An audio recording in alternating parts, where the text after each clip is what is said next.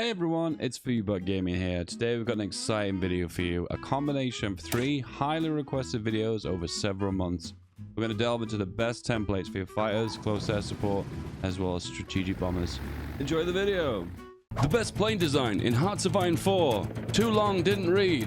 There isn't one. Well, it all depends on the year that you play. In 936, you start off with this plane. What you want to do is grab your entire Air Force, merge it, exercise to level 3, and if you do this correctly, you'll generate exactly 3 air XP. To modify this plane to make it exceptional for the early game, add on 4 light machine guns. To top that off as well, with the starting technology, add on a light machine gun for extra air defense and air attack. Congratulations, you just made your 1936 and 1937 expert plane. Do you know what the biggest joke is? If you make a large amount of these, like 1,000, you actually will be able to take out Poland, the Lowlands, and France, and even invade Great Britain, if you want to, if you've got the ships, pretty adequately. Why? Because the AI makes bad plane designs. And this is better than everything until about 1940. But we're not done yet. When you reach 1939, you will unlock survivability studies. You will also unlock heavy machine gun, and you will also unlock basic improvements. I've said it once and I'll say it a million times. Hearts of Iron 4 isn't a game where you just make one fire for the rest of the game.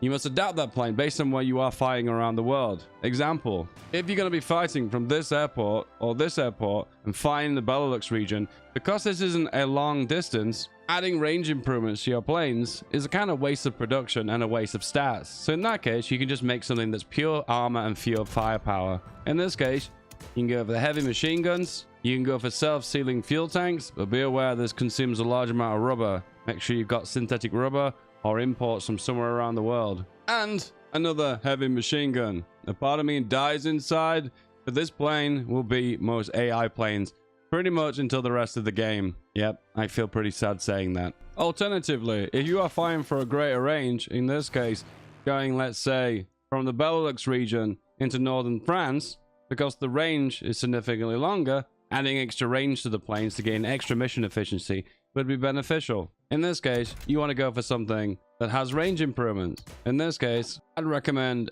extra fuel tanks, which gives a massive 50% boost to overall range, giving just the right amount of weight to thrust ratio. Perfect. Also, that would be exceptional for moving your planes from northern France and western France to the southern England, as also the English Channel, due to the size of the air zone and the distance it has to travel. Both of those factor into your range, which give you overall more mission efficiency that will project more stats in that region. What's that you say? It's 1940?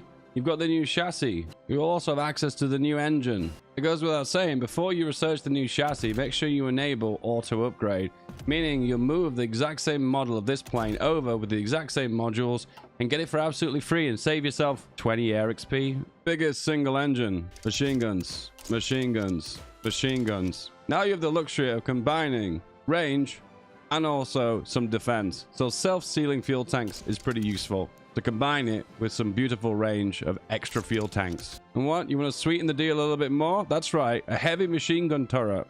Doesn't really feel like a fighter plane anymore, does it? No. This will give you the perfect balance between air attack, air defense, and agility, and range.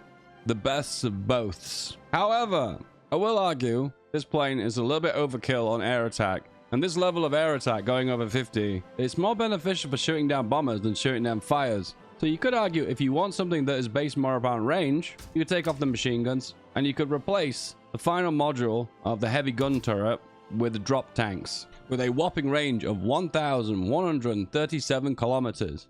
Wowee. However, you still have a little bit of weight to work with. Why not go to the ultimate amount of weight to thrust ratio and add on a gun that'll hopefully not weigh too much? And that will be the ×2 heavy machine gun. We're starting to reach the point of this is the I've already win plane. Oh, and look, 19 air XP. So it is worth it to save a little bit. Every little helps. So if you want the stats, sacrifice some of the range. And what you could do if you want to focus primarily on stats, let's just say it became a situation where you had to win every single dogfight, you would maximize the amount of machine guns, add yourself on extra armor for air defense, and then top that off with more additional armor. Be aware the range is pretty poor, so you will have to skillfully fight in certain regions that are more beneficial to you so you don't end up losing stats. I'll be honest with you, if you're making this plane, you may never keep up with fighter production of the Allies. There is one alternative, and it is a bit of a niche scenario. It's in the event that you're getting bombed by strategic bombers that have lots and lots of armor. So in that circumstance, if you are shooting down bombers, you will need more air attack, and you will get that by sacrificing agility. Meaning when this plane fights other fighters, it may perform more poorly than it would if it was an agility-based fighter.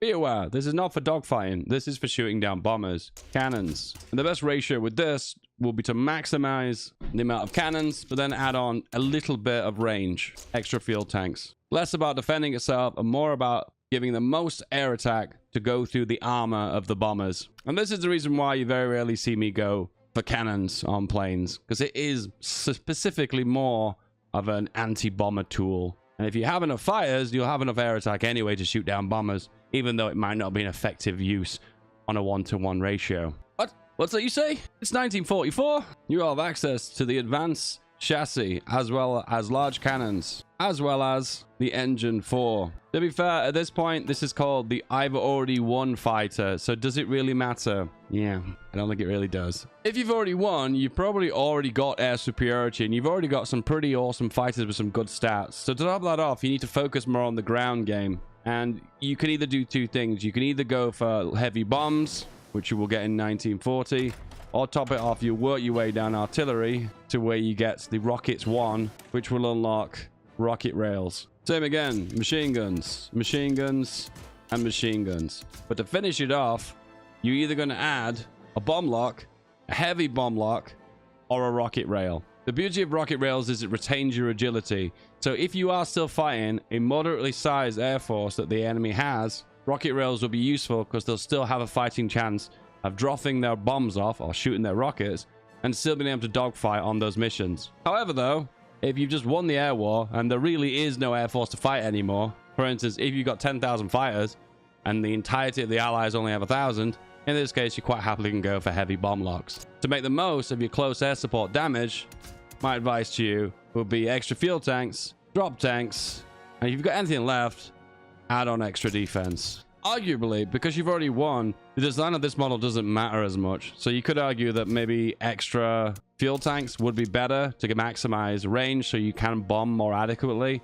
And if it gets to the point where you're just winning and decimating everything, I suppose what you could do then is replace the machine guns with just more bomb locks. However, just be aware that if you replace the first module from machine gun to a bomb lock, it will no longer be a fighter plane. It will be a CAS. However, if you are going heavy on ground support, you can also go down the anti-tank path, which, as you can see here, unlocks the anti-tank cannons, which have the biggest amount of ground attack, which when they're on CAS missions will do the maximum amount of damage. So the first one will be machine guns, and then to top that off, you go for the anti-tank gun. You're only allowed one of those, and then the rest will be the anti-tank guns as well. Something like this, light, and then you can drop on extra field tanks. You're maximizing the amount of ground attack, but you're still keeping a little bit of stats for air attack as well. Once again, this is the I've already won plane, and I just want to completely demolish everything on the ground. But with the amount of ground attack that this plane has got, 23, a few bombs off this will absolutely decimate everything on the ground. So in brief, rocket rails if you've not won the air war and you're kind of contesting it still a little bit. Anti-tank guns if you just won the air war and you kind of just want to demolish everything on the ground. And then bomb locks. So one of the advantages of bomb locks is it allows you to do naval strikes. So if you are participating still in naval battles, having bomb locks is the one useful thing it can do. So in brief, agility is rocket rails, but you're sacrificing less ground attack.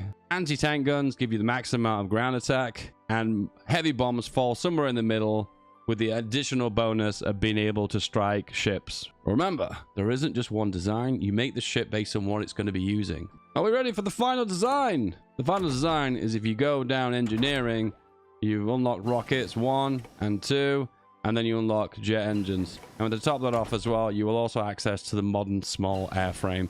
And with that as well, you also get access to the final cannon design. This is so unbelievably late game. Will you ever really build this? Kind of. Will it really participate in any real battles? Probably not, because you probably already won. Well, I really hope so anyway. Otherwise, you're going to be playing some insane catch-up. The modern small airframe. We're going to add on machine guns. And then to top it off, anti-tank gun, anti-tank gun, anti-tank gun. Maximize the engine. The weight to thrust ratio is completely off. But remember, it's late game now, so it doesn't really matter. In that circumstance, what you could do is add on the double jet engine and then add the Mayo on. And you only have a little bit extra thrust here and the range is poor. So in that circumstance, what my advice is to drop the gun down just ever so slightly. Have a machine gun and then add on the range. And there we go. The perfect balance. Once again, in this circumstance, you've already won the air war, okay? And this plane's job is just to clear up ground forces. And it will do an absolutely tremendous job at doing it.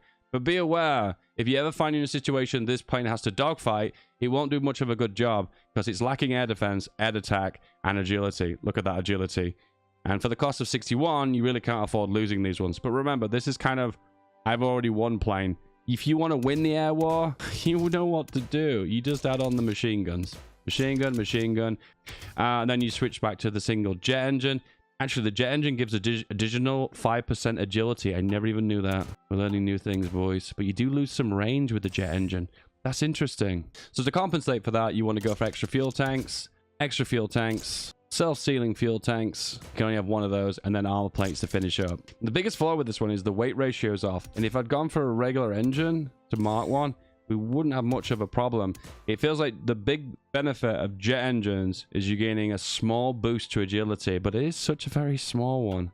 Makes you wonder if it's even worth it. You also gain a boost to speed as well. To drop the fuel tanks off, drop off the armor plates, drop off the machine guns, and you end up with something like this, and then you could probably go with one light machine gun to finish up. This is definitely mid-maxing for speed, agility, air attack, and air defense.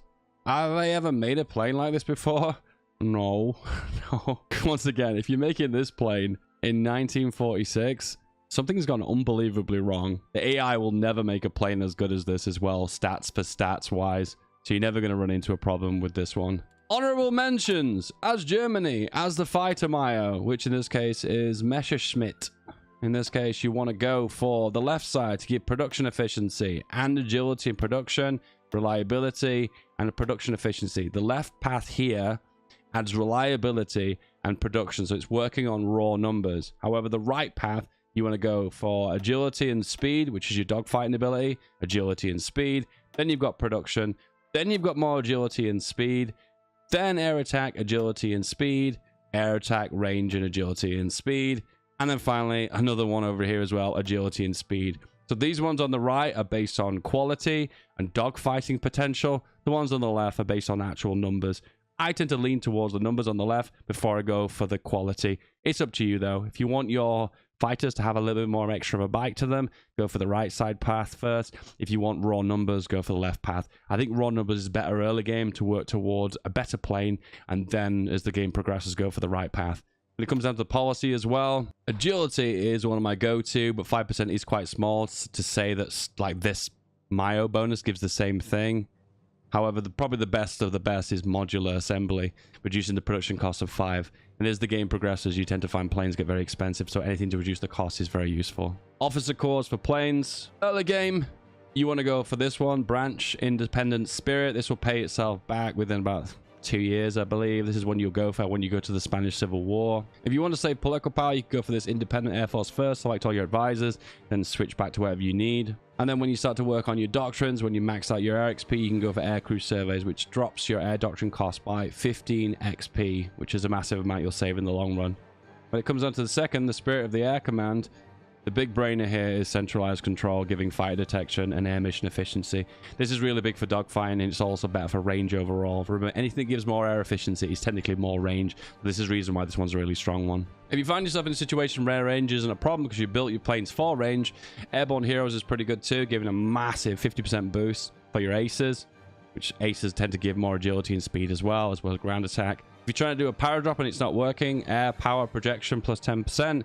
That's only if you really want to get over the edge by a very small amount. You just need that extra little bit of air projection power. However, for the late game of the late game, battlefield air interdiction is the best when it comes down to ground force attack, giving extra ground attack overall, resulting in you more ground power when you're doing cast missions. Air doctrine. When it comes down to the power of your fighters and the ability to gain more agility and win dogfights, you want to be going down strategic destruction and going for multi-altitude flying, giving you that agility bonus. Top it off as well, this has got the most air superiority bonuses and ground support, which once again will give you more air projection. This one is particularly strong, dogfighting experience, increasing the amount of air superiority mission efficiency by 20%, which is a real biggie. You can get 15% from battlefield support, but this gives the big boost for agility onto your close air support, which doesn't really help you for your fighters. But when you get to here, you're not really done. Work your way all down to the bottom because there's some more air superiority in the bottom left here. Don't forget about it. You tend to find that when you've completed strategic destruction and operation integrity, they're pretty similar, because if you look at the very bottom here,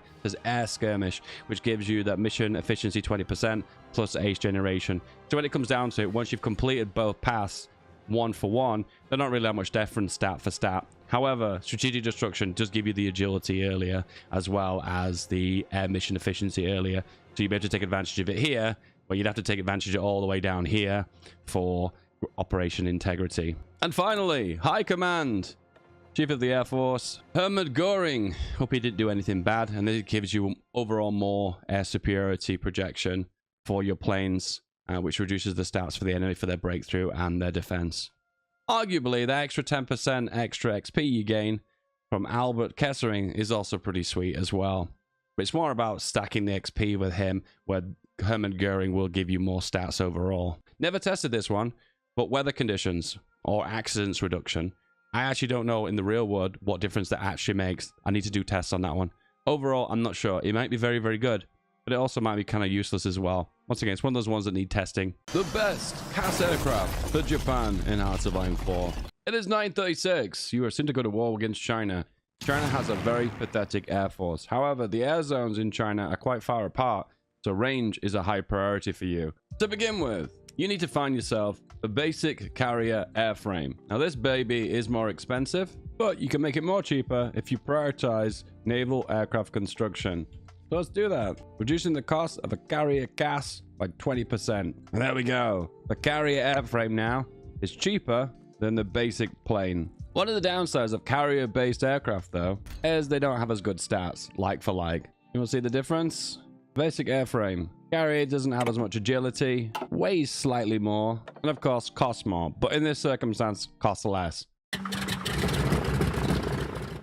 It's just a Japan thing. Basic carrier airframe. Gonna go for bomb locks, biggest engine you've got, single engine, and then add on a basic machine gun. What you tend to find is the Soviet Union will send a few planes to China, so you'll need some dogfighting potential with some air attack to be able to shoot those planes down. Otherwise, they will always exist, and they're only going to lose planes from attrition from accidents, so a little bit of air attack goes a long way. Times 4 light machine guns for the most air attack. Click close air support to check your weight to thrust ratio. Top it off, a light machine gun. Now here is a biggie. Aluminium is a problem for Japan. Even more so if you don't take out China, because that's where you get a lot of your exploit for resources for aluminium from. But in the long run, because you want to focus more on numbers, my advice is to go for non-strategic materials, reducing the cost by 7.5%, making it even cheaper, and also reducing the aluminium cost. And to begin with, you can use the only mile you've got access to. At the very start of the game, this will do. Once again, it does close air support damage, which you're going to use mostly against China. And with this, you don't even need to make very good divisions to fight the Chinese. Anything like infantry with support will do. Range improvements. Let's do this. And to top it off, you know what I'm going to do here, right? You're going to replace the turret with an extra fuel tank. At the end of the day, range is crucial for Japan, because everywhere you're going to be fighting has a lot of range problems. And remember, if the range is far, you will take a penalty to your air efficiency, meaning less of the stats of the plane will be projected into that new region, less air attack, less air defense, less close air support damage. And you want to project as many of those stats as possible. The added beauty of going for bomb logs is you can use these planes and double them up for using them as naval strike. The naval strike deals with very large air regions. Look at the size of these. But anything that gives extra range will help out in the long run. If you're finding yourself having issues with aluminium, of course, non-strategic materials is important. But if you're not, and you want to squeeze as much range as possible, my advice is double up on your extra fuel tanks. Once again, the stats don't matter as much, because the Chinese Air Force isn't very good. You want to focus on dropping those bombs, but secondary, you can use this later on as a device to sink enemy ships in the Pacific, using naval strike with bomb locks. Oh, did I also mention this is a carrier plane too? So you can put these on your carriers. Nice. You You now have survivability studies, and you also have access to the heavy machine gun, and you also have access to cannons. What difference does this make? Not a lot. You can replace the light machine guns with heavy machine guns, just to give a little bit more air attack projection. But overall, this plane pretty much stays the same. Either focusing on numbers, keeping the aluminium production down by going for non-strategic materials, or double downing on the range. In this circumstance, you probably want to min-max by staying on light machine guns if you want the most adequate range. And this is the best combination for range-wise. When it comes down to dogfighting, it's not something you want to focus on as Japan early on, because once again, you're not going to be fighting a very powerful air force to begin with. You have access to the new small airframe, which unlocks a new slot and a bunch of new stats such as agility and range, but the plane is more heavy, be aware of that. You also have access to larger bombs as well. You have access to bigger, more powerful torpedoes, and also, most importantly, definitely most importantly, you now have access to the bigger engine, which means you can put more stuff on your plane. A lot of the time, when you research the new chassis, you get access to extra slots to equip your planes with more stuff. But then you can't put more stuff on it because they weigh more. Then you need a more powerful engine to be able to add on more stuff. So it goes in kind of a big circle overall. At this point, if you are still fighting China, I wouldn't recommend you upgrade your planes. I would actually recommend you just keep producing this. Either going for the range version, which is this, or going for the air attack version, which is this. Be aware too, the heavy machine guns have an added bonus which give extra ground attack. Can you see that? When on logistical strikes, +1 ground attack. Will you be using logistical strikes against China? Probably not, because their army's so out of date, more than likely it's not even using trains. But it's just nice to know, I suppose. Be aware too, in 1940 you have access to the bigger bomb locks, meaning you'll do more ground support damage. Overall, if you are doing lots of ground attack, it is worthwhile, so my recommendation is to do it. Now you must do a big and think about the big picture here. China more than likely is dead. You'll be thinking about the Philippines, you'll be thinking about Malaysia and Indonesia, you'll be thinking about the British Raj. One thing that has in common with a lot of these regions is you have to travel quite a long range to get to them. If you are going to be fighting enemy planes in these regions, the capacity for the amount of planes they can put in these regions is limited. So even if they have a state-of-the-art plane like the Spitfire, and your planes are kind of like a little bit dated because they don't have as much air attack or air defense, don't worry about it. Because more than likely, you'll be able to put more planes in these regions to be able to fight them off, just winning with sure numbers. There is a possibility in Malaya, if they put up quite a lot of planes, it might be a little bit more difficult. But if you played your cards right and you've got big numbers and you've taken defeat in China, at this point you won't have that problem. Also, it's worth to know that if you're at this point, you more than likely have got prospect for resources happening in China, allowing you to extract more aluminium. So the advantage of taking advantage of non-strategic resources drops a little. And remember as well, it also reduces your air defense, because technically you're making the planes out of wood and bamboo, I presume, and not aluminum. So with that in mind, we are going to go for an improved carry airframe, because remember that ends up being cheaper. You want to focus on pure stats by going for the heavy machine guns. Biggest possible engine. At this point, you would have unlocked the new Mayo. And I'll be fair, both of the options are pretty good. You're either going to go for range focus, which does what it says it is, it gives you range, or agility focus, which gives you the ability to win. I'll be fair with you, I think range focus is better in this circumstance. Seeing as this is a CAS-based build though, we are going to focus primarily on CAS. So in this case, it's going to be improved carrier airframe, with the first one going to be the heavy bomb lock, followed up by heavy machine gun, heavy machine gun.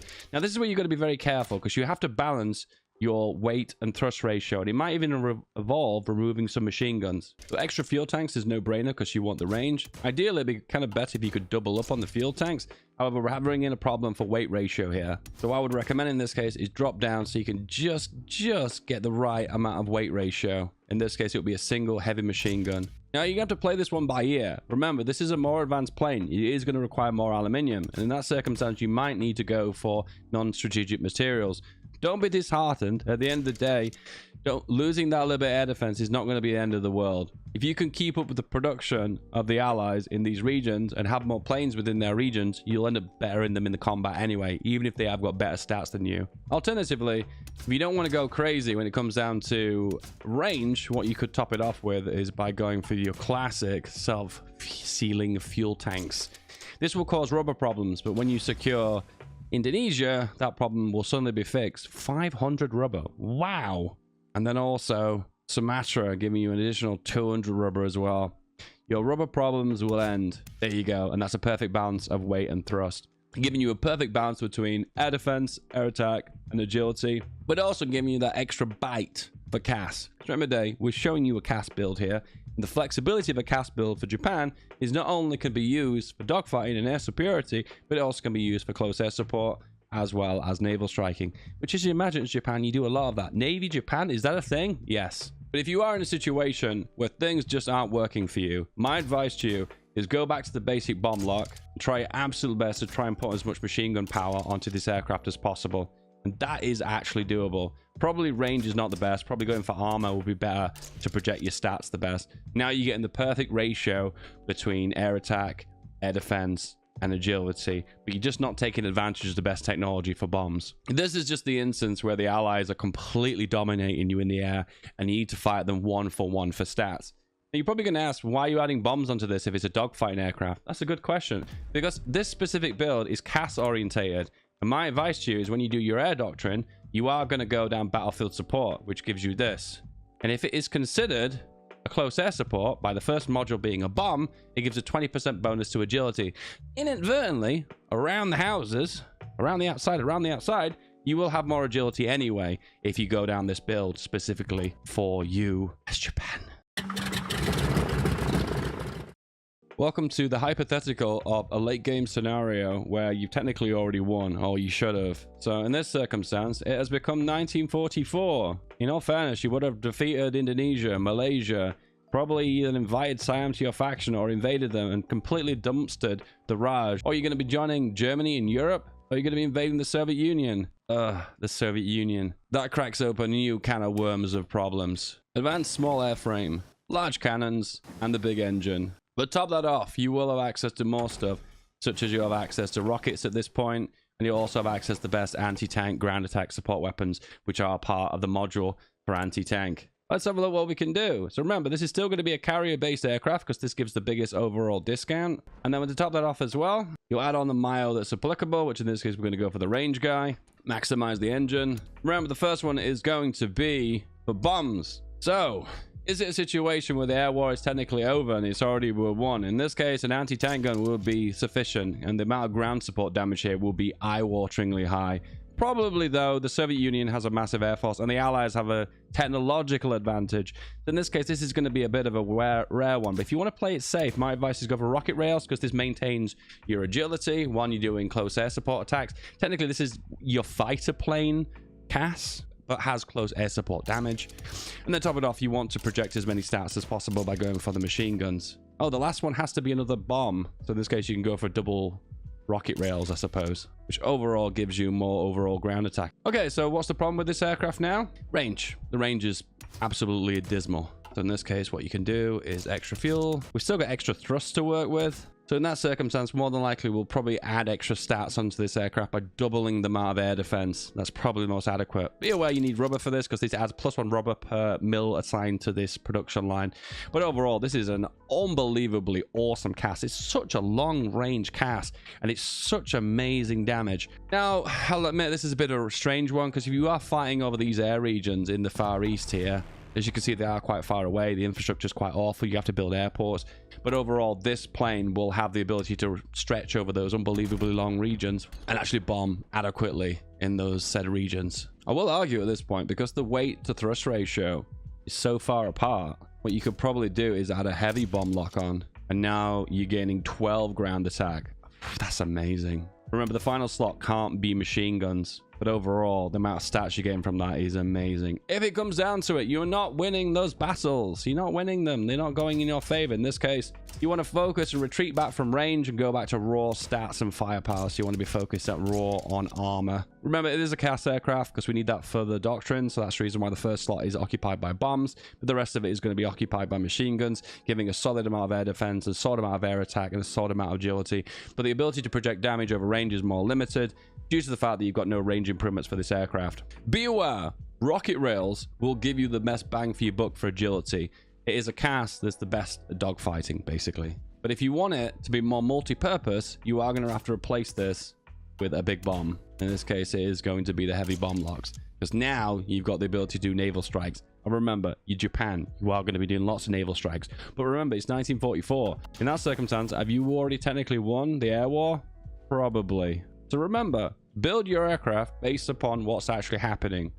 If you are losing the air war and you don't have air superiority, you want to focus on air defense and agility. If you're dominating the air, then more likely you want to focus more on range so you can project those stats over a longer distance. Or in some cases, just the best of both might work out best for you. Where is air design going? Well, in this case, it is going to be adding on the modern small aircraft, the more advanced cannons, the more advanced torpedoes that we're not going to use. And finally, last but definitely not least, we have access to jet engines. Actually, one extra final note as well. I always forget about this, but Guided Missile 3 gives you option for the guided anti-ship missile. It doesn't do the best damage. Torpedoes do the most damage, but it has the best overall accuracy. When it hits incredibly hard. So what you could do now at this point, presuming you've won the air war, is you could build yourself like a hybrid aircraft. So it could do something like that with bombs, and then on the final slot you can add something like, for some reason the final slot you can't add a guided missile on. Oh, it can be on the end. Oh, it has to be a torpedo. Right, okay. So what this little yellow exclamation mark here is basically telling you the stats of these two can't be combined. So you can't use the naval strike of this one on the naval strike of this one combined. Basically, if it's on a close air support, it's using bombs. And if it's on a naval strike, it's using the guided anti-ship missiles. And then in the middle, of course, you can add on the machine guns as you would normally do. When it comes down to jet engines, they're kind of a dogfighting tool because they give the biggest boost to agility and max speed, but then you lose range. So, and then you also lose your thrust as well. So it's not exactly the best engine overall. It's kind of a fighter plane style bonus. We'll go for extra fuel tanks, extra fuel tanks. We're overweight now. It's not going to work. Self-sealing. Ends up something a little bit like this.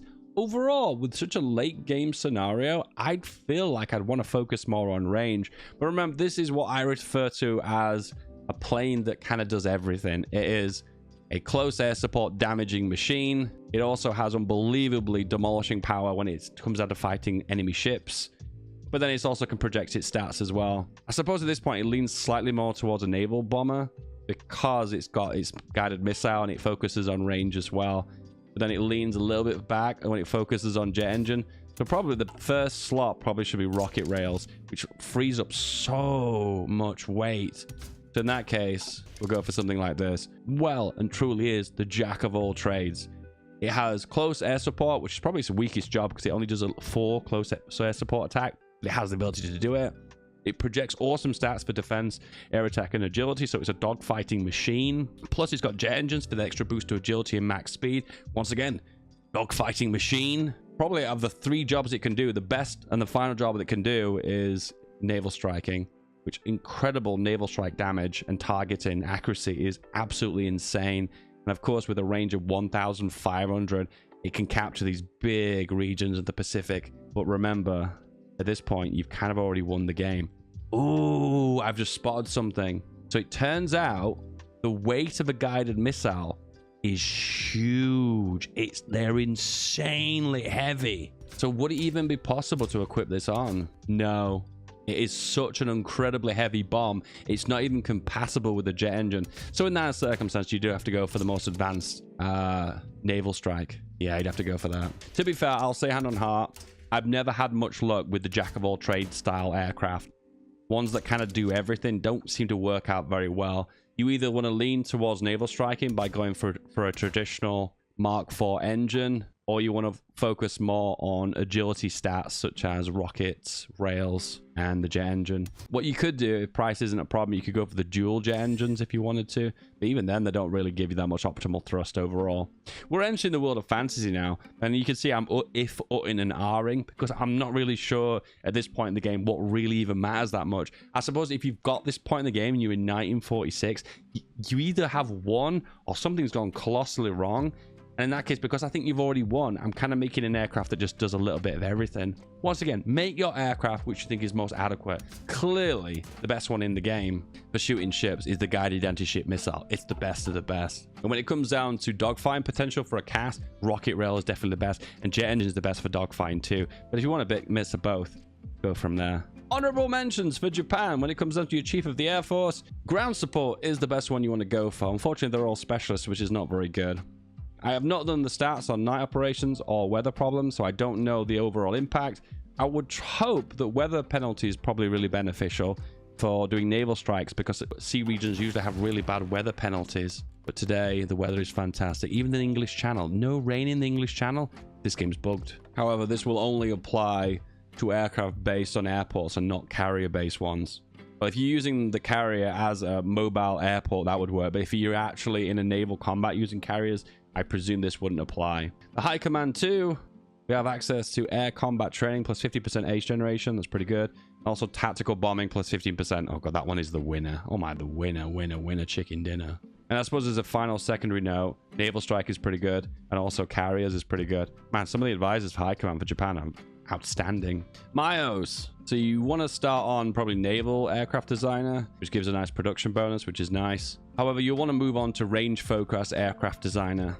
There is a possibility, if you're not a very confident player and you want to focus on stats, you might want to go for the agility guy, but look at the agility penalty. It suffers from a range penalty, so as Japan, you're going to need that range. But overall, you go into here, you want to focus on this one on the top right, which gives raw production cost of 10%. And then this one on the far left here gives an additional 10% production cost, but you need advanced machine tools for that. That's pretty spicy.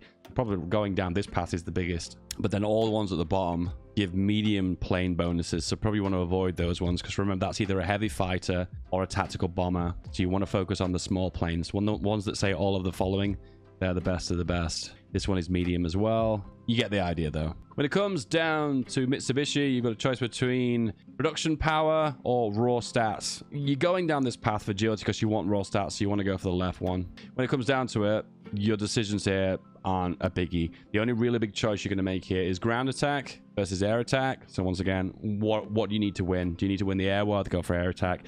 If you've got air superiority, ground attack's the one for the win. And at the very bottom, you've got the option to go in for range and air attack versus raw production power and getting them out. End of the day, you've gone for Mitsubishi because you want the stats. So in this case, you want to focus on the actual stats and not production. The final part of Myos is policies. If you want to focus on your dogfighting capabilities, agility is for the win. Overall, the biggest winner is modular assembly, reducing the production costs by 5%, and anything that makes the production costs go down tends to be a win. So it's choice between numbers, which is modular assembly, or raw power, dogfighting power in the air, which is agility. As a final note, Japan tends to struggle with resources such as rubber and aluminium. So this one, vertical integration, can be quite useful. So this is going to reduce the overall number of aluminium rubber costs for your planes by 10%. But be aware, there is a downside, because if you are low on those said resources, it will suffer a larger penalty to the production. So it's one of those balancing act things. You can probably hop onto this, check if you can meet the requirements, but if not, after 6 months, move on to something else.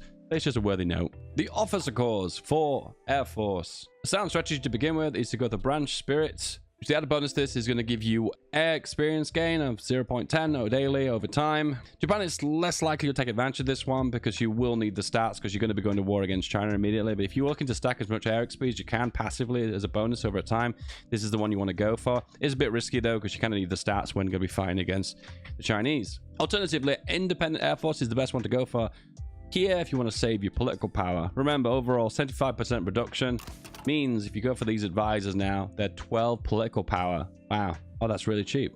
If you were to hire your chief of the Air Force, then you were to hire tactical bombing expert, air combat training, and also carrier expert, the overall political power cost here is going to be like 150, 200. It will pay itself back in the long run. The hardest part is actually getting 50 air XP in enough time to hire that, because at the end of the day, you need to hire this guy first to be able to select this guy.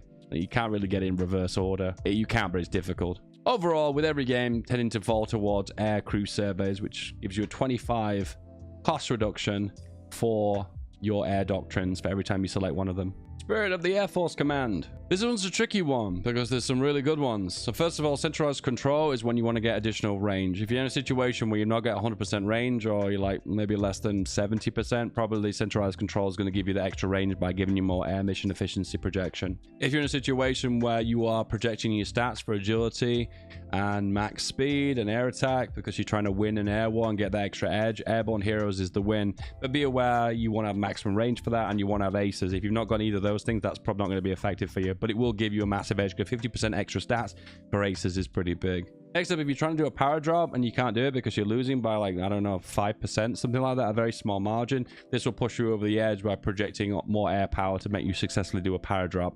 Will this something that Japan regulars do? Probably not, but this is just a nice to know. This is the one where I feel like it makes the big difference. You're tied now between air support mission efficiency, because you're making CAS, or alternatively, you're going to go for battlefield air indiction, which is ground support attack factor. So this is basically going to mean your ground attack damage is going to be 5% higher. So every time you do a CAS tick, the amount of damage you do to strength and organization will be 5% higher, which if it all adds up over time will make a big difference, particularly if you're working with an anti-tank base CAS plane, which does a lot of ground support damage. Alternatively, though, a hidden stat tucked in is whenever your troops are fighting on the ground and projecting their stats into a battle, and a CAS is actively bombing the enemy at the same time, they will gain a stat bonus, which is called air support mission efficiency, and this will increase that amount by an additional 25%.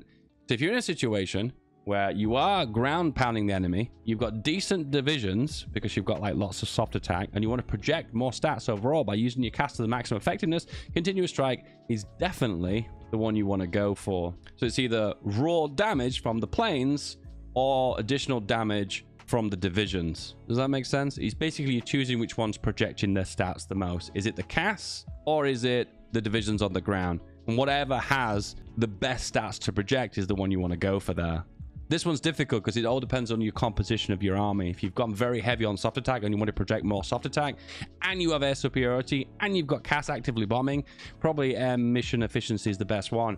However, if you've gone for anti-tank CAS planes, and you've got maximally stacked ground attack capabilities, probably battlefield air indiction is probably the way forward. And last and not least is definitely air doctrine. In a sentence, it's battlefield support, because that gives the biggest bonuses to 1, air support mission efficiency and ground attack factor, which I've already just previously explained. And of course here, close air support for the agility, which is something you'll be taking advantage of with CAS as Japan. What is the best strategic bomber in Hearts of Iron 4? Well, there kind of isn't one. It all depends on what you are playing the game. So why not show you from 1936 until 1945 the best strategic bomber you can build at that said period, starting with 1936. And we're going to do this as the United States. The United States has a fantastic economy and is also very far away from everything. Pro tip, build airports in the UK. You want to do that. Trust me on that one. You want to build lots of airports in the UK. And also be aware that if you look under your focuses, you have the option here for strategic bombing, which reduces the cost of strategic bombers by 10%, which is mad OP. And you also got the option here for combined bomber offensive, and it increases the range of strategic bombers by 10%. I believe that actually is a nerf. It used to be 50%, which, as you probably can imagine, was way too high. So they had to nerf that. But regardless, it is still pretty good. Extra range for strategic bombers is big. How is that represented on the world map? Well, the easiest thing to do is select one of your air wings, and you can actually see the circle. There you go. So it's 1936. What kind of strategic bombers can you make? First of all, you can get the basic airframe. It's really important to know what you're actually getting when you build a more advanced airframe. And look at the difference here. The range is significant. You're also getting more agility. And another biggie is you're getting a massive improvement to air defense. Air defense is one of the key stats for your strategic bombers. At the end of the day, they're going to take an absolute beating in combat. And agility isn't going to save you, because what's going to save you is the unbelievably unpenetrable armor of a strategic bomber. And you will also need the regular bomb as well. But most nations you start the game with, particularly the USA, already has that anyway. Another one that you could probably go for would also be basic range improvements, which is also 1936 tech. All right, let's make our very first bomber. You start off with a large bomb bay. You'll upgrade to the most advanced engine that you've got. You can either go for a 4 engine or a 6 engine. It just affects overall the amount of weight to thrust ratio that you get. For instance, the biggest 6 engine, you get 56 thrust. Let's go with the initial one to begin with. And of course, don't forget to assign to Myos. We'll talk about Myos at the end of the video. The big balancing act with bombers is trying to get a good balance between the amount of bombing you can do, bombing damage, which is strategic bombing, which is this one, 15.7, and your ability to survive in the air. And it's all going to depend on how much air attack the enemy has. So for instance, if a plane engages this bomber and does 20 air attack, but you have 25 air attack, it will not be able to shoot it down instantly. This plane will be able to return back to base, fully heal by gaining its defense back, which is kind of like HP, and go back into battle again. And this plane will never be shot down because they'll never be able to enough damage to actually shoot down it. But in real world, there'll be less strategic bombers than there are fighters, and more than likely, more fighters will be able to do enough air attack damage to shoot down your bomber with destroying their air defense, for instance. So in this case, I think the best strategy is to build up your air defense. But there's a problem. In 1936, you don't have access to that technology. So you just want to make the most of what you actually already have. And in my case, you want to go for biggest possible bomb base you can get. And in this case, it will be 3. And that is your 1936 strategic bomber. As just a quick comparison, if you were to make a fighter around this period, so basic airframe, and pop on 2 light machine guns, the maximum amount of air attack you can do is 20. So you're not really far off from having enough air attack to actually shoot down this bomber. More than likely have significantly more of these fighters than you will have of those bombers. There you go, the B-17 Flying Fortress with a range of 1,500. So we'll pop that boy down, and you can see the range now is pretty juicy. Remember, this is the minimum tier of strategic bomber you're going to need. You can just reach northwest Germany and western Germany, but remember, the range will not encompass this full area, so you'll only get a percentage of air efficiency. You'll not be able to project the entirety of your stats for this bomber, and the stats you're going to be projecting, of course, is going to be strategic bombing. Now we actually do the real strategic bombing game, the actual proper meta of strategic bombers. And in this case, we have now reached 1938. So we will have survivability studies. We also will have access to cannons and machine guns, even though we won't be using them, but I will be researching them just to illustrate the amount of defense you're going to need. And now we're going to go for the proper strategic bomber. So you want to remove the bomb bay, and then you want to add on self-sealing is what you want to go for first. Be aware this does increase the rubber cost for the aircraft, so just keep that in mind. However, it is the simplest and cheapest way of increasing the amount of defense on your aircraft, with the big downside of rubber costs. And that's increasing your defense now up to 35. And then if we slap on an armor plate, we are now up to 43. And we are going to have to remove a bomb bay, as we should have done before, and that's a lot closer than what we needed to be. One thing I always like to do extra for a bomber is add a little bit of air attack on there. In this case, we can go for 1 heavy machine gun defense. What's the difference between 1 turret and 2? So turret just reduces max speed, but the stats are the same and the cost is the same. Why are these the same, but this one's got less speed? Why would I ever go for that one? Anyway, heavy machine gun turret gives you a tiny little bit of air attack. And the reason why you do this is if you're making a mass of these, and you will later game, make a huge mass of thousands of bombers, what will end up doing is you'll get engaged by fighters. But what you'll end up doing is have to fight back against the fighters, therefore doing a little bit of damage to them, not a massive amount.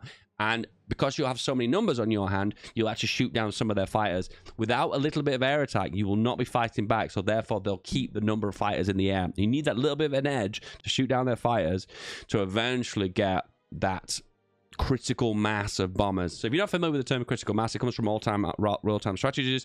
It was really popular in the StarCraft scene. It's where you get a number of bombers, in this case bombers anyway, where it has a detrimental impact on the game overall. For instance, if you send 10 strategic bombers, the impact is very minimal, and more than likely they'll have enough fire to shoot down your 10 strategic bombers. The impact will be absolutely minimal. However, if you get 500 strategic bombers and start bombing, the amount of damage you'll do at that point is become critical, and it's very hard for the AI or a player to deal with that amount of damage that's in one set area. And just with a little bit of air attack and the amount of ability to fight back, in that case it becomes even more difficult to control that critical mass of strategic bombers. For the whole purpose of this video, I've got to say that the first bomber that I showed isn't really a bomber you're ever really going to use, because what's going to end up doing is the minute this bomber becomes available, you're going to convert all your old bombers to this model, because at the end of the day, you want that defense, you need that air attack, and bombing is kind of a secondary because you want to get that critical mass, because you will find as the game progresses, the enemy air force will diminish and their ability to fight back against you will be severely slimmer as well. And when that happens, we can start focusing more on damage. Is it time for damage? Under the circumstance, in 1938, which you're not even at war as the United States, but if you were, let's say you were playing as the UK, for instance, and you were winning the air war, you could start thinking about upgrading the engine bigger. Remember, this has an astronomical cost. I know it's easy to think, oh, well, I'll go for more thrust because that's easy, but look at the cost difference when it comes down to the engines. And this is the reason why adding extra engines onto a plane is not something you always want to do, because it has a detrimental cost on the cost of the aircraft to a massive degree.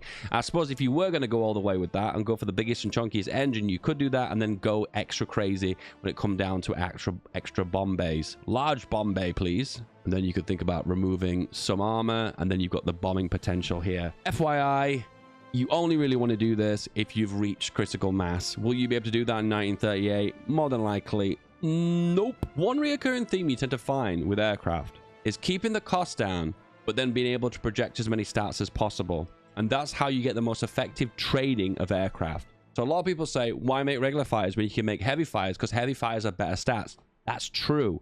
However, the cost is higher than the stats you get from making it heavy fire. Does that make sense? So you will gain benefits from the heavy fire, such as the range, a little bit more air defense, but you were losing agility, and potentially you could be losing out on numbers because of the overall cost difference. So when you go for a 1-for-1 trade of the exact same production cost, you'll find that the regular fires come out on top compared to the heavy fires, unless it's some certain circumstances, if it's like 2 air battles that are quite far away from each other, as an example. So that is the reason why I seem to lean more towards strategic bombers that tend to be cheaper than the ones that are more effective. It all depends on what stage of the game are you at. Are you at the point where you are competing for air superiority, or are you dominating? If you're dominating air superiority, you want to go for bomb damage. If you're in a situation where you're still contesting, then you want to go for something that is more about survivability.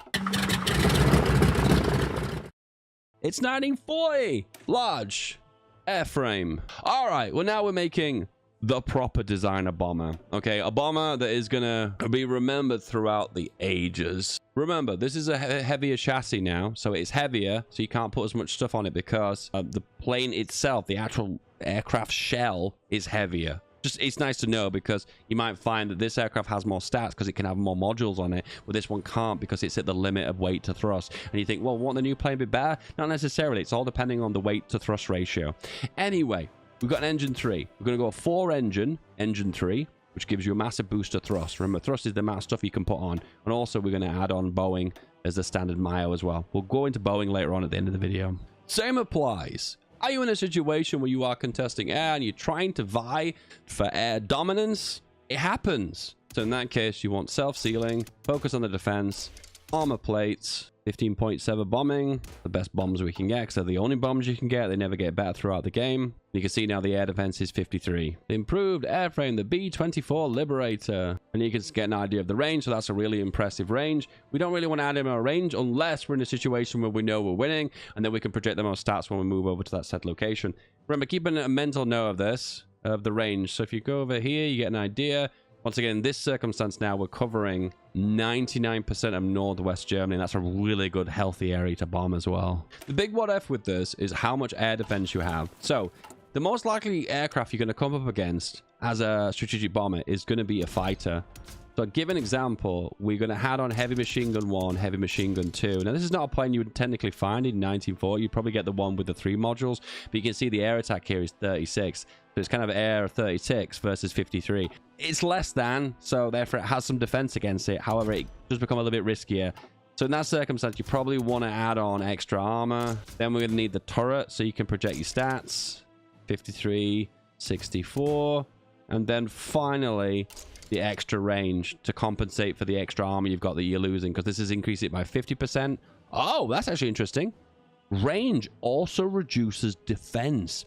Whoa, I never knew that. So what you're adding on here is getting removed by this. Whoa. That's different for strategic bombers. That is different. That's why I wasn't aware of that. So in summary, what is this doing? This is adding a chunky amount of air defense with the impact of trying to preserve this plane to combat and get critical mass to dominate, more than likely, the Germans. We're obviously playing against the AI here. And we're also presuming that you are playing as the United States. Hence the reason why this is why United States themed strategic bomber. But remember, the big however is, are you winning the air war? Is the air war still contested? Are you dominating? In that circumstance, you could get rid of the defense here, then focus more on actual raw bombs, and that's just passable. But are you absolutely demolishing them? In that case, let's double up on the bombs and look at this 63 to 64. Remember, the consequences of losing this plane is massive because you're going to lose your critical mass. However, this is doing everything you want. It's got some air attack, it's got decent air defense, and to top it off as well, it is dropping some chunky bombs, 47.2 strategic bombing. But we can take it a step further. Would you like to go for the quad bomb? Would you? Would you mind? And now we're in a situation we're dropping chunky logs on Germany, the fattest of logs. And in that circumstance, the amount of strategic bombing damage will be massive.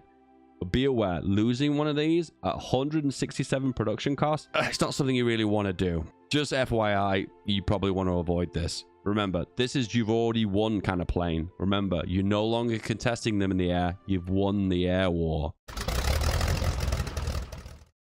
For shits, And for giggles, let's present the idea that we're in 1944 and everything's been researched at this point. We might as well research jets as well, just for the giggles. Once again, at this point, strategic bombers fall off absolutely massively.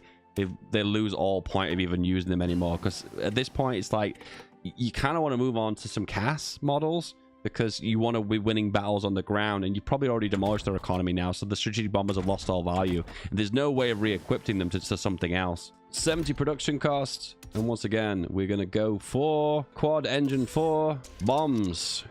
I'm going to go with the presumption here you've kind of already won the game. So the standard, if you've got the rubber, which you might not as America, you might have to import it. You probably will have to import it.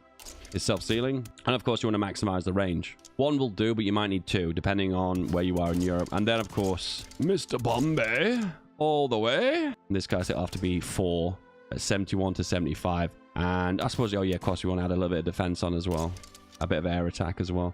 In this case this pushes us a little bit over, so we will go for a single. There you go, 75 of 75. This baby just takes off just by an absolute whisker. But once again, this situation is you've won. Remember, there's a situation you still could be contesting there, and you know what's going to happen now. So this is things have gone wrong. I've messed up. I'm in a bad way now. We're going to have to focus on armor plates. We might have to go a little bit heavier on turrets as well. And of course, we're going to have to take off the bombs so this bomber can actually take off. And more than likely, you want to focus on stats, projecting stats, than you do want to focus on the amount of bombing potential that you've got. In a weird kind of way, this plane has the capability of dominating the air indirectly with strategic bombing, even though it's a bomber and it's technically not a fighter. But look at the amount of air attack it's got. It's got okay agility for the size of the plane. And look at that air defense. No one is penetrating this. This is a tank of the sky. But of course, this is a strategic bomber. Isn't the point of this to drop bombs? Yeah, and his bombing is kind of rubbish. Remember, you late game. This is a weird scenario that you're trying to dominate air superiority with a heavy bomber. Why would you do that? Funsies, I guess. I love having fun in this game. It's roleplay, right? There is actually one other build that would be viable. I don't know where it would be, but if you want to maximize agility, you want to go for the 4 engine. Because what jet engines do is they give you extra max speed and extra agility, which allows them to be a little bit more combative when in dogfights. But can you just close your eyes and imagine this? It's a fighter plane, a single engine fighter plane for Germany, dogfighting against a strategic bomber with 6 turrets. Can you just imagine the shots being fired? I've got this like flashback of Command and Conquer Generals. Can you remember that thing, that plane you send in? It plows the ground with cannons over and over again to a pulp. That's how I imagine it in my head. Of course, this doesn't take off. Don't forget that. So you would have to go for the bigger engines. But this is really not cost effective anyway. So why the hell would you even make this? I don't know. Why would you even need agility on a max fire? I would not recommend this. I don't think jet engines are appropriate for strategic bombers. If you really want to go ham and have everything on your plane, you want to go for a 6 engine, engine 4, and then go for this. But you basically want a plane that does everything. This is the ultimate air design. This is eye-wateringly expensive, but it does everything. And do you know what? I am so curious. I want to see the range on this plane. That's the biggest curious thing for me. I want to see the B-24 Liberator, this version, the range on it. This plane is so unbelievably expensive. We've got 37 mils assigned to it with well, of course, there's some resource penalties, but it's taking over like 4 or 5 weeks to build. Okay, here we go. The Advanced Fortress. Say only use this plane for this air wing. And then we get an idea of the range. Yeah, you're never going to need a range any longer than this. I have to scroll back really far to even see the circle. And I've zoomed back so far, I can't even see the plane anymore. But look at the range on this. Let's just annex Britain, because that's something America would love to do, right? And then we send it over, send this baby over to the UK. Then we can get a bit of an idea of range. And there we go. Yeah. Where would you like to bomb in Europe? Well, technically, I don't want to bomb in Europe. I actually want to bomb in North Africa. Yes. Honorable mentions. The Military High Command. You do have the strategic bombing expert giving an extra 5% strategic bombing. Wowee. Might be also worthwhile to go for the pilot training genius. He's a genius, which increases the chance of ace. I don't think I've ever had a strategic bombing ace. No, I don't think I have. No. Do they even exist? Well, I don't know. Maybe they don't. Maybe the game's just glitched. I don't know. But you do gain extra aces for everything else, so that is worthwhile to know. Also, for the chief of the Air Force, there's 2 good options here. Night operations is a biggie. That can be paired up with one of the doctrines I'm going to show earlier, so you have the ability to bomb at night and do lots of damage. Alternatively, and probably the most important one to begin with, just to avoid those stupid casualties, is reduce the chance of air accidents, which are very, very high, particularly if you're losing a plane that has a production cost of 200. And of course, you want to preserve that plane for as much as possible. So that one's a real biggie. I'll go for this one first, and then you'd move on to night operations if you're choosing to go down that doctrine path. Doctrines. Well, you mentioned doctrines. There's only one path for strategic bombers, and it is strategic destruction. And you don't really find any of these benefit you. But then if you go down all the way to here, we have the biggest and most difficult choice. Would you like to bomb more bombs hitting the ground, which is day bombing, 30% bombing bonus, as well as an escort efficiency? The idea is you're using heavy fires or regular fires, I suppose, to escort your bombers to therefore protect them, give them more air defense when they're in a region, which is really difficult to do because you're going to give fires lots and lots of range. But then in that circumstance, they've got lots of range. They've got really bad stats because you've added just loads of fuel tanks onto them. So I always think it's like, I don't know, you gain something, but you lose something. So overall, they're going to have better fighters than you anyway. So in that case, probably reducing the stats of your escorts probably isn't worthwhile. So I don't know. I like the fact it gives raw bombing damage, but the escort thing is just kind of a throwaway. Unless you take somewhere in, like, I don't know, Norway or Sweden, or maybe take Denmark out of them, put airports in there, and then you're going to be escorting your planes as well. Alternatively, you can do night bombing, which reduces the night bombing penalty by 50%. Plus, if you stack it with this guy, you reduce it by another 20%. So your bombing potential at night was almost like bombing in the day. And then an extra 20% compared to the 30%. So remember, you are actually getting more bombing potential for the day than you are at night. However, you're removing the penalty in the night as well.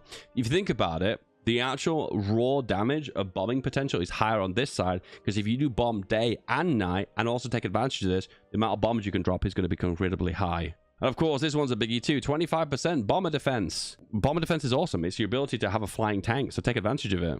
And then at the very bottom, mass destruction. Last, but definitely not least, let's look at Air Force Doctrine. The most effective thing to build most air XP is to go for Branch Independent Spirit, which is this one here. This will give you ticking air XP, so you can build lots of air XP, so you can put into doctrines to feed it into the doctrine you're going to be going for. And you want to go for this one as early as possible to get the maximum payback. Industrial Destruction. Doesn't sound like what you think it would do.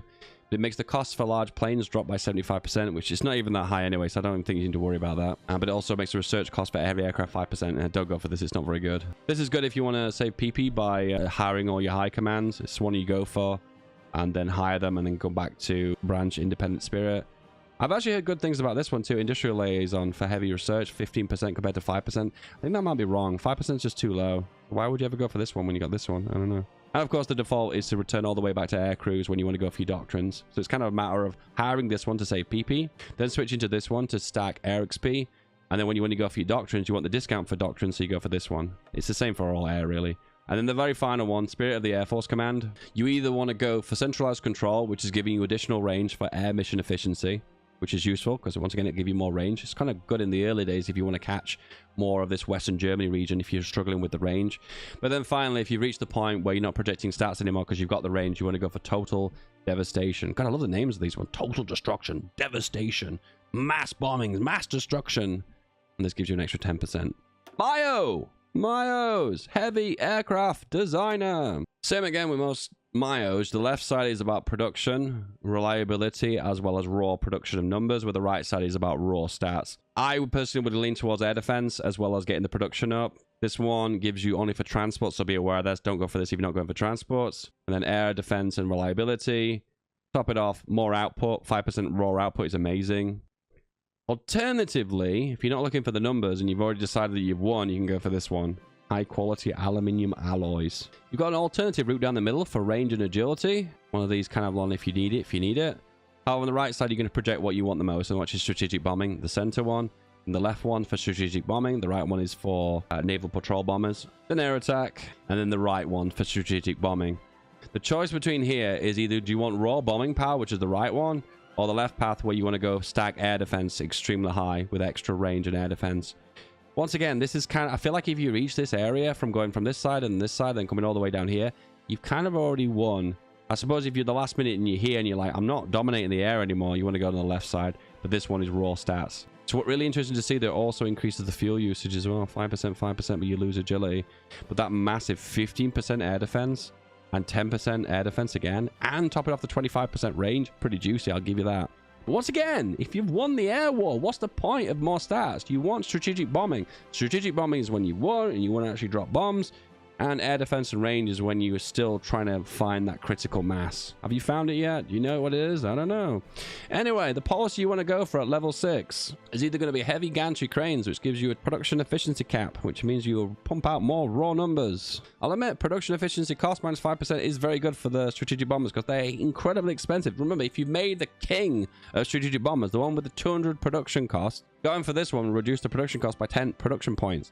That's actually pretty massive, you know, particularly if you're making such a massive fleet of them. And kind of a bit of an underdog is vertical integration. This is one of the generic ones that all the miles have got the option for. And this one is crucial because remember, this is reducing the resource cost for making these bombers. And the cost for these ones will go up astronomically. Remember, I've assigned 41 mills here. And the cost for this is 205 aluminium and 164 rubber. Those numbers are massive. So if I was to go for the policy of vertical integration, I can reduce the resource cost down for 10%. And that's going to save you a lot of resources. Hey, just some final thoughts after doing a quick test run. So, I completely forgot about radios. The beauty of radios is you can add additional strategic bombing by adding very little weight to the aircraft. And you get that research down this path. By working your way down the radios and you unlock the module slots. So it gives you the ability to add on these 3 modules, which all add strategic bombing, even though these normally do it at the top, but these ones will add strategic bombing, will add very small amounts of weight to the aircraft. In this case, 2, 1, and 1. And in most cases, this aircraft's going to be a big chunky boy. It's going to have a lot of thrust. So the amount of weight you're going to be adding is going to be incredibly small. The big however is if you are contesting the air war and you've not won, you probably want to be focusing on extra stats for defense or extra air attack. I have found that air attack is not that effective, but it's always worthwhile to have a little bit of air attack with some turrets. So in this case, you're probably going to focus on armors. Minimize the range, focus on the armors, keep it super defensive in the air. Then when you start to win the air war, then focus on more strategic bombing. And then overall, get that strategic bombing number as high as you can go.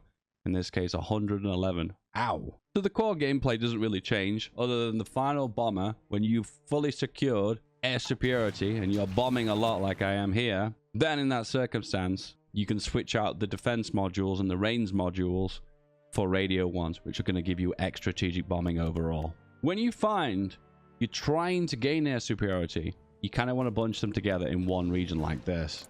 The max amount of damage will be done, and they'll have the highest defensive advantage when fighting against fighters because of the massive amount of air defense that they've got. However, as the game progresses, you want to split these boys up and then distribute more bombing of more areas to hit more factories and then damage the enemy's war support further by doing additional bombings. Of course, if you're playing a multiplayer game, you're always going to be moving your bombers around to the most efficient area to avoid getting intercepted by fighters and interceptors.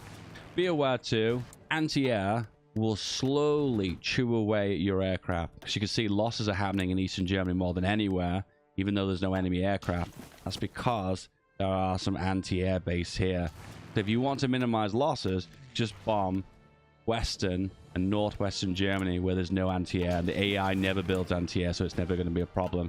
And as you can see, the losses here are minimum, apart from a few accidents. If it's reached the point where you're definitely winning, in that case, you can start spreading them out even more. Of course, bombing the core regions of Germany in this scenario is the most effective, because that's what damages the war support, which inadvertently damages the stability as well, which affects their ability to fight and the ability to produce the best equipment. I don't know how I forgot about this, but this is massive.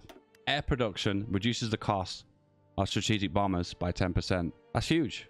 At the end of the day, that basically means now you can produce more planes, have more in the air, and reduce the cost significantly. Particularly if you're going from a bomber that has an unbelievably high cost. In this case, 145 production cost. Reducing it by 10% is saving you that 19.4 production cost per plane, which is just huge. Also, the AI will bug when they do Barbarossa. The game is hard-coded to move all the planes eastward in the event the Barbarossa begins. So you tend to find that you contested in the air when bombing them before that, but then Barbarossa starts and you find that there's no one contesting you. And in that case, if you're struggling to get air superiority, that's when you want to start bombing Germany after when Barbarossa begins. And the final no is, you notice I'm not using the very best plane. And the reason for that is there's just no point. So when you upgrade your fighters, you're gaining extra module slots, which is really useful. But when you get past improved large airframe, you don't gain anything. You've already maxed out all the module slots on top and bottom, and all you're gaining is extra range and gaining extra air defense. That's all you're getting from the chassis, and increasing the cost of the aircraft and the weight of it. So overall, just keep improving the modules, upgrading them, and then upgrading from design. There's no point going above an improved large airframe. There really truly isn't. And of course, going for jets is just a waste of time, because you want the maximum amount of weight to thrust ratio, where jets don't provide that. And jets are only going to give you agility, but big bombers don't have agility anyway. In this case, this agility on this aircraft is 1.1. It's basically nothing. It has a turning circle of the entirety of Europe. Strategic bombers are insanely strong if you put the entirety of your economy onto them. Something that kind of is a bit boring to look at though, because all you do is dropping bombs. It's kind of a LARP thing. I enjoy it. I think it's kind of fun looking at all the numbers and whatnot. However, when it comes down to a combat simulator for HOI4, it is kind of a little bit weak. So having a mixed economy with strategic bombers is a little bit more difficult. I understand that. Hey, make this bomber and tell me how you go. Guys, suggest a country and a type of plane, and I'll make a video on it. I'll see you guys next time. Give this video a click. This one. This.